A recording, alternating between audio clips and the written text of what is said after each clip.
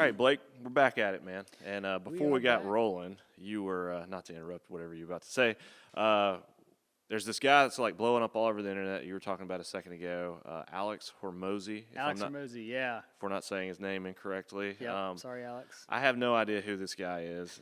My brother just told us that he's blowing up all over the internet.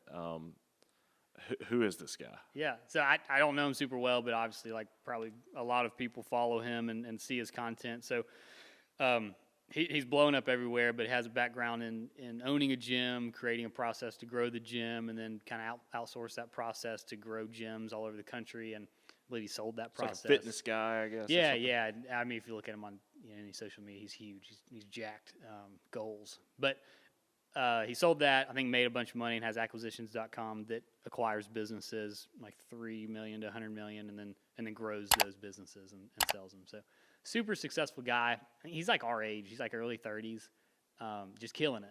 You're in the business of growing businesses. Yeah, how about that? Dude, that doesn't sound, I mean, it sounds like it would be a lot more challenging. You know what I mean? Like, oh, I'm just going to take this $10 million business and grow it to a $50 million business. Yeah, just like that. That's easy, right? A couple weeks, sell it. Yeah. Yeah.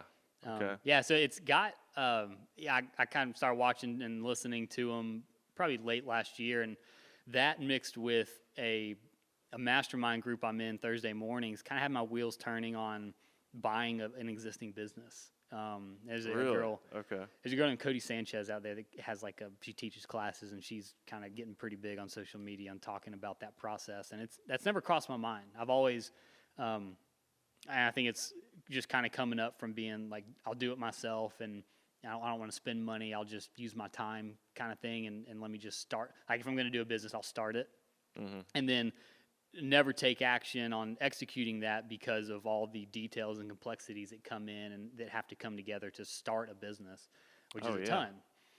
And so it's like, all right, well, this whole concept, well, I can just go buy a business that cash flows day one. It's got people in place I don't have to hire, just have to manage them, or maybe I have an overall manager. It's a super cool concept, and he talks a lot about it. But one of the things I love that he does is just throughout his day, he uses Twitter as like his notepad. Like he just has a thought, he just puts it on there.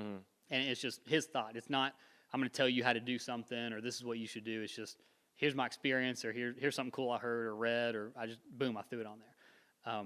And up until probably first of the year, 2023, I didn't have a Twitter.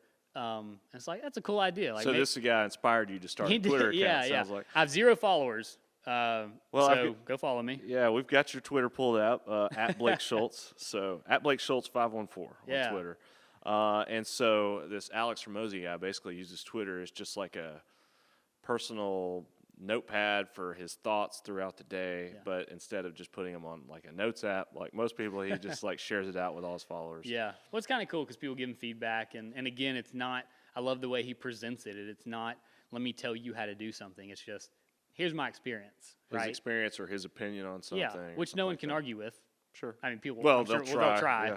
But it's Twitter. It's the internet. Yeah, right. But at the end of the day, I don't know. I feel like on social media, people and like him in his position that have a lot of followers, they kind of preach at you. Yeah. Instead of just saying, here's what I've experienced, which is something that I want to try to take into what we're doing here. Is just, here's what I've learned. Here's how I failed.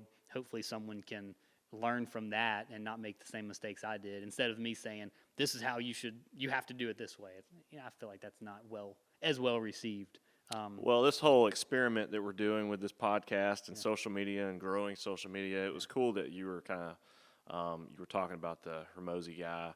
Basically, he sits down one time a month, records for like 8 hours, gets all the content that he needs, then he hands it off to his team that then edits those, and basically gives him a steady flow, because, I mean, the world we live in now, you got to be ever present and always like, engaged in social media, and that can be challenging. And it's just, just from our experience and how hard it is to keep up with it. But it's cool that basically he just always has a steady flow of content. I guess that's inspired you in some way to create this Twitter that we're looking at. Yeah, well, and go off that. I mean, I'll throw you some props here. Like before we even discovered him or talked about how he does that, that's how you approach this. It is like, hey, let's just meet one day a month and throw some together and try to kind of mimic that style. Really, just for lack of scheduling or ease of scheduling, but. And we're trying to fine tune this machine and get it up and running. Yeah, we're doing his exercise before we knew about it. I know, it's cool. But so I've got your Twitter pulled up, and like I said, anybody that wants to follow you, Blake Schultz 514. I don't know if you mind me shouting that out. Yeah, no, go ahead. Some of your local, starting from your first thoughts, you don't have a ton of tweets on here. Let's just go with the first one. When up against a challenge, I have to change my mindset from I can't do this to how can I do this? So that's pretty inspirational. Yeah. On that thought, I think in the last podcast that we did, we mentioned extreme ownership. And so I'm proud to say I'm halfway through that book. Oh, let's go. I love it. So Jocko and Leif, or I don't know if that's how you say his name, L-E-I-F, the two authors of the book, both Navy SEALs. Really good book, Extreme Ownership. Shout that out. At the end of this, we're going to have to start a book club or something. Yeah. But it's all about leadership, and they speak from experience working in the SEALs, which is probably the most stressful leadership position you could ever be in. Fighting in Ramadi, Afghanistan, and over in the Middle East. But it was cool. Some of the I don't know how to say it, but some of the themes throughout the book they are just trying to hammer in. And so I would imagine I'd probably see a lot of that in here, and that's pretty cool. They had a whole chapter on there about, like, if you don't believe in the mission, then your team's not going to believe in the mission. So yeah, man, maybe you can speak to that a little more. Yeah, early in my career, you hear about more successful people just talk about the mindset and how you approach things, and at the time, I'm just like, I need $5 so I can eat. I'm not thinking about my mindset. Like, how can I make $1? Now looking back to where we've got $5 and we can focus more on the kind of bigger picture. It's just crazy how much it does come down to your mentality and how you approach obstacles. And it's do you confront them? Do you try to force yourself or train yourself to be comfortable being uncomfortable, which is something we've talked about before. And so that's something, do you try new things? Do you push bounds? And that all starts right here, I think, and that really relates back to business, of course, but really everything in life, which I don't know if I've admitted this on the podcast or not, or even to you, but 2 years ago, I started taking piano lessons. Have we talked about that? No. I did. I don't know. It was just something fun to do, I guess. Well, so Rachel and I love concerts. We love, like, New Orleans jazz, funk, and we've got some friends in bands, and I'm just like, man, that'd be so cool to be able to just, like, go up there, and you just see them, like, are they just making that up, just jamming? I'm like, wearing it out, I wish I could do that. So I was especially that style of piano playing, it's versus just like so classical, cool. which is all great. It just, like, looks so free. I'm like, is he even thinking about it? Yeah. Like, I want to be able to do that. And so I was like, I committed. I signed up. There's made some music in town. Shout out to them. It's been awesome. 2.5 years ago, signed up and paid for the year. I'm like, I'm in it for a year, once a week, an hour a week. I'm in it. I'm one of, I think, 3 adult students and one of 2 that actually show up. Oh yeah, that's a big commitment. A lot of people get excited, but they don't. Right. And so that was the biggest thing is, man, my hobby is getting new hobbies. Like I've done everything. Dude, we've talked about that. I think I need to shelve some hobbies. That's my 2023 resolution. Yeah, and it's not cheap, and so it's like, I'm committed to this. I'm going to do it, and I've gone through phases, and I'm kind of coming out of one right now where she's gotten not complacent, but just like oh, I've got to go to piano instead of I get to go to piano, right? And it's that mindset. It's how do I approach this of saying I have to instead of I get to. Mm-hmm. And it's a constant reminder to myself and it just happened really like last week. Like we went through kind of Christmas, but we were traveling, we missed some, and we'd been on the same songs and sheet music for a while. I hadn't mastered it, but I got kind of tired of it. And then I'm like, what am I doing? Like, I don't have to do this, but it's something I want to do. I shouldn't, and it's all just was right here. Yeah. So I flipped that switch, and now we're back in it, and we're jamming, and just having so much fun. I'm still terrible. Like, I can barely play, but I say we're going to have a recital here soon. Like jamming is a very loose term, but the next podcast, I'm going to have a piano set up. Yeah. Be like, okay, play the intro music. Yeah, ominous tones will just hit. But yeah, so some other things. I don't know if you have any particular ones you want to get to. You do have, a couple dozen tweets here. Well, it's also kind of like I tried to take his strategy is just if something hits me, I write it down. Just write it down. Like, 'cause I'll forget it. Well, there's to speak to that to some degree. Aren't you? I don't know what the statistic is, but you're far more likely to pursue a goal if you write it down. Mm-hmm. Something like that, or if you make lists. What's my most recent one? Your most recent one is what isn't counted doesn't count. Yeah. Lynn Craig.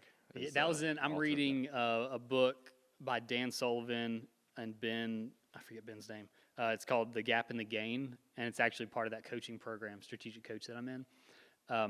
But that came out of there. And a lot of that book is around kind of mindset and where do you put yourself in the gap or do you put yourself in the gain, which we can talk about a little bit. But expand on that. What does that really? So it's really your perception on an event, right? So let's say something bad. Let's say you get in a car wreck, right, and you're okay. So how you perceive that event is going to affect how you operate for the foreseeable future when related to that event, if that makes sense. So looking at a car wreck, I can go back and be fully negative on it. I can be in the gap. And it's going to cost me this much money. I'm going to have to get a new car. I lost my favorite pair of shoes, flew out the window. I can find, whatever it is. Like I'm just negative.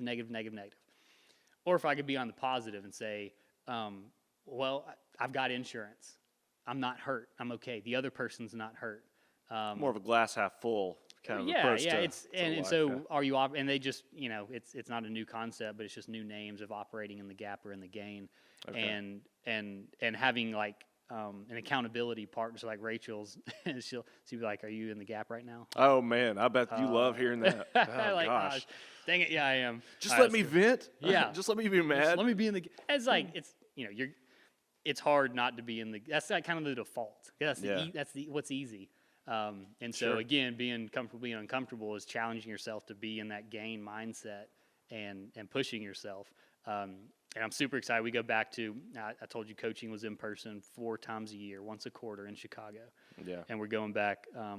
It's a one day, all day, and it's March 17th, which is the day before St. Patty's Day. So actually, Rachel's coming up. We'll spend St. Patty's Day in Chicago. Yeah. There you go. That's cool. It'll be fun. But the whole focus on that day, I believe, is going to be around that concept and be able to shape it a little bit more. So once I go through that, maybe we can revisit it and I'll learn even more about it and talk about it. That's cool. I'm actually pulling off your phone, and your phone is locked, so I'm going to give your phone back to you. Yep. But if there's any other tweets, I mean, I can just shoot in the dark here. But, let's see what we got. Anyone who isn't embarrassed of who they were last year probably isn't learning enough. So, yeah, I take from that not being afraid to make mistakes, I guess, because that's a big part of growth. It kind of goes back to that, I'm pretty embarrassed with my piano skills from 12 months ago. Right. But like if I look at that and just say, like I'm not where I wanted to be, or like, man, like I'm in the gap if I'm like 6 months from now, like I have to hit the ear, I have to measure, or I'm not where. Instead of in the game of like gain of holy cow, like 12 months ago, I didn't know how to play a C chord, and now like I can do all 3 inversions across the whole art, like all this stuff. And I'm like, really, again, mindset of looking back, stretching yourself and pushing yourself instead of saying, a year ago, I haven't really made any improvements in my life or challenged myself. Yeah. Well, I could definitely see that with my own personal life. It seems like just, you get more of a complacency. Yeah. It's like, well, my bills are paid and life's kind of trucking along, and, I'm just going to kind of, go on autopilot for a little while. Yeah. And then, 12 months goes by and you hang out with somebody. Actually, I had a long phone call with a friend of mine from who moved to Nashville. We were best friends in high school and stuff, and just really close friend of mine. And he was kind of like, "What's been going on in your life?" And I was kind of like, "Well, not much. Not a whole lot has changed." You didn't tell me you launched a podcast? No. In hindsight, there are some things. I do have a semi-interesting life, but I guess in those moments is like, what am I doing to grow both personally, whether it's in your finances, professionally, whatever. Yeah. I guess this year, starting off on the right foot, and I think the last podcast we talked about kind of getting my personal finances in order and really being diligent and intentional about, kind of the way we spend our money and stuff. And we were kind of just breaking even, every month, getting all our bills paid and stuff, but not having anything extra to put away or to put into other projects or do anything. So, I know you can speak a lot to this, but just trying to be more intentional. Yeah. With what are my goals, and how do I reach those goals? Living with intentionality. Yeah. Absolutely. Your phone locked again. So. I love it. All right. But yeah, pull some other, some other tweets that are significant to you. Oh, this was a cool thought. What's trash / extra material to a trade that would, I don't even know how to spell, but that would help my rentals. And I was actually doing this. So the idea that I was throwing that down on there because, so we've got a bunch of rental property. A lot of them don't come with like beautiful landscaping, and a lot of times it's not in the budget to resod a yard or put gorgeous bushes in, because one, it wouldn't give you the return that you could get without doing that stuff. And so I started thinking like, well, where can I, instead of going out spending a bunch of money and getting a worse return, how can I accomplish that same goal without having to spend a bunch of money? I was like, well, who deals with extra material all the time? It's landscapers. Like they may do a sod job and then have a half pallet left over. Maybe they sell it on Craigslist or Facebook, or maybe they just trash it. Mm-hmm. So one of my neighbors runs a lawn company, and he all the time would have like half a pallet of sod at the street just for trash. So I called him up. I was like, hey man, what? And he was like, yeah, we do installs, and then it's extra. We just trash it. So we just start calling me every time you have extra. And so once, twice, 3 times a month, they'll call me up. Hey, we've got Palisade zoysia left over, half a sod. It's at this address. If you want it, go get it. So I'll, instead of my 5:30 morning workout, I'll run over there, load it up in the truck, take it to a rental property, and lay it down. And then by 7:30 a.m., I've got free sod on a new property. And you got your workout in. Yeah, and I got my workout in. So it's kind of cool thinking of how, like, solving a problem uniquely or kind of outside the box. Yeah, that's cool. I dig that.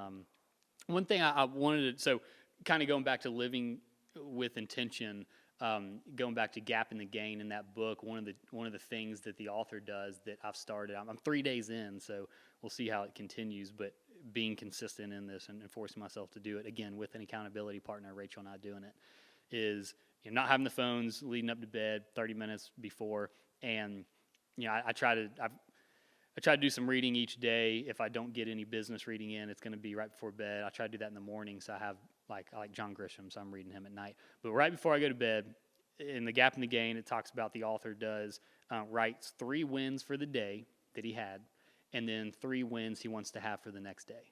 Mm-hmm. So it's reflecting on, man, what was awesome today. Pause on that. Have you seen the video of the Marine that's he's either an admiral in the Navy. He's very high ranking.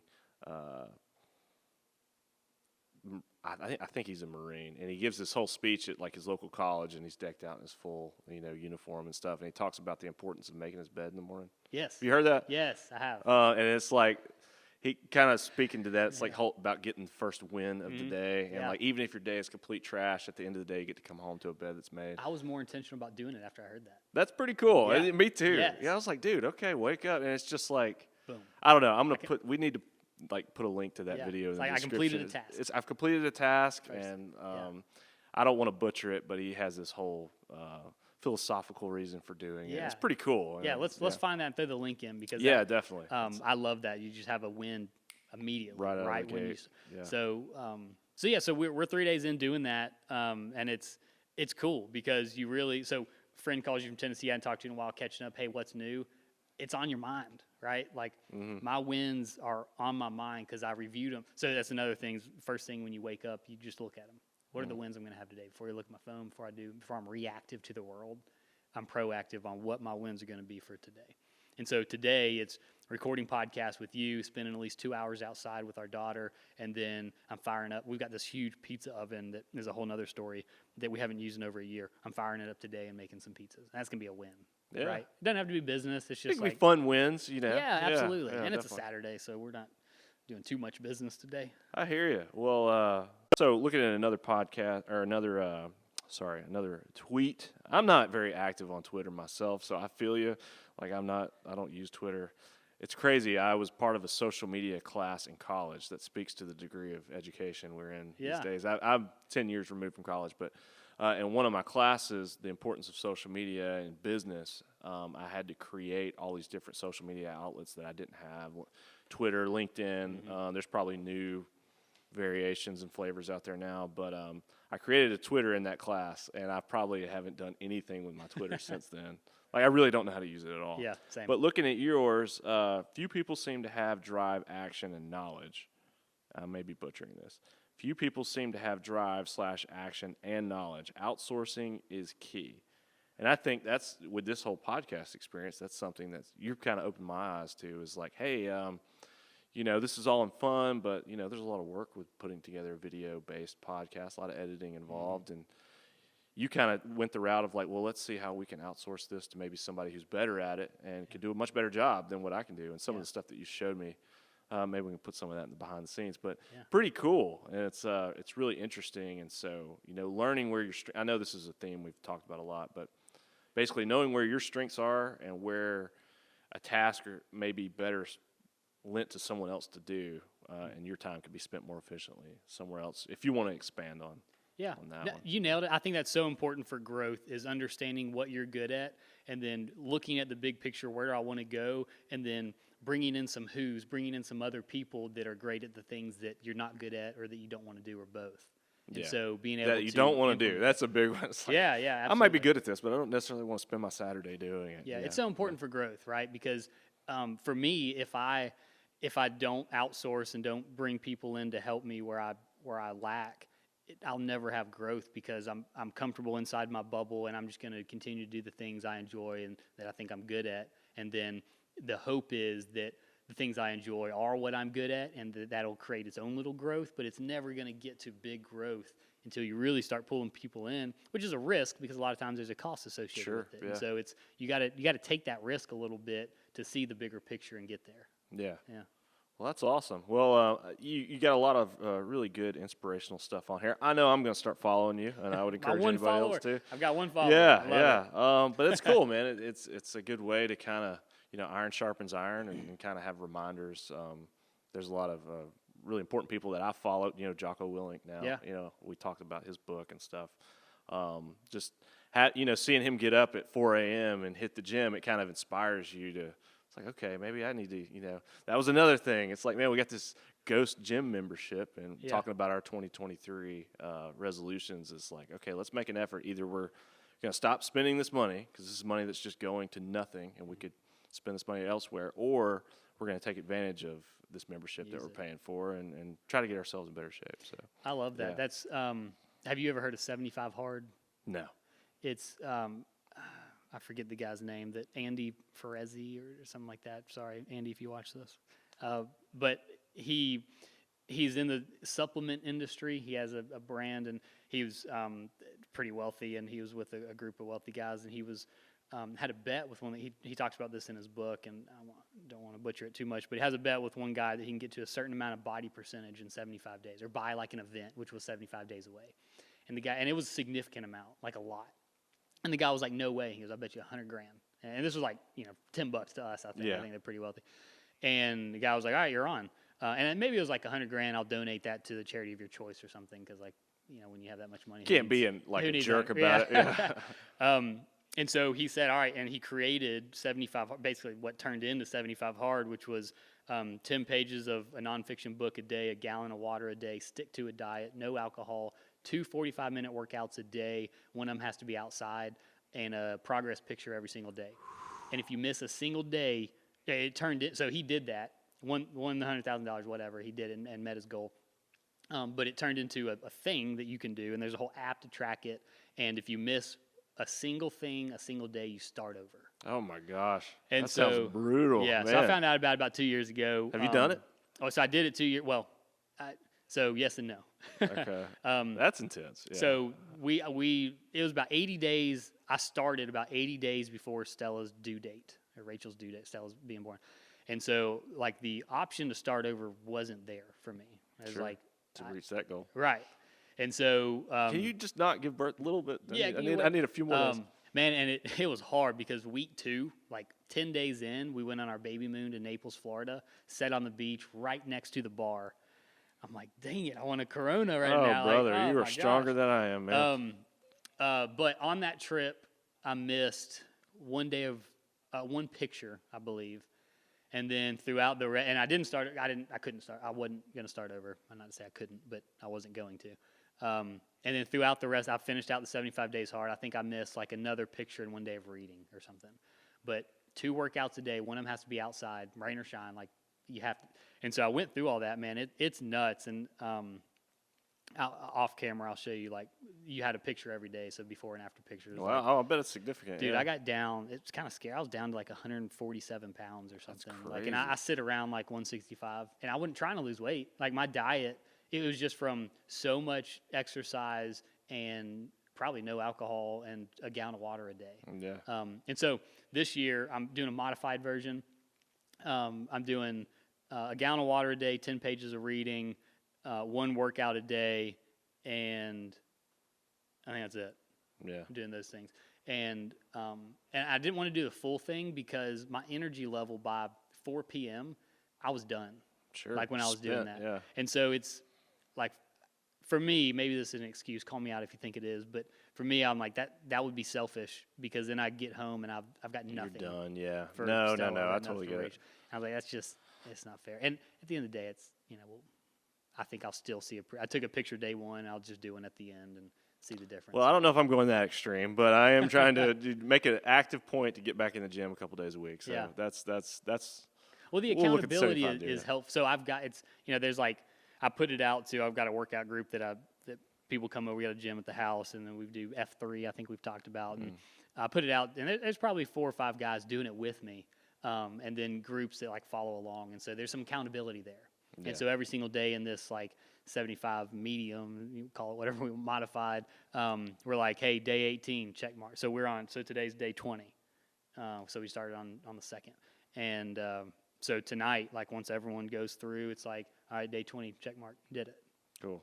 And so that's awesome. why I'm yeah. sitting here probably shaking a little bit because I'm a half gallon in already today and I'm about to pee on myself.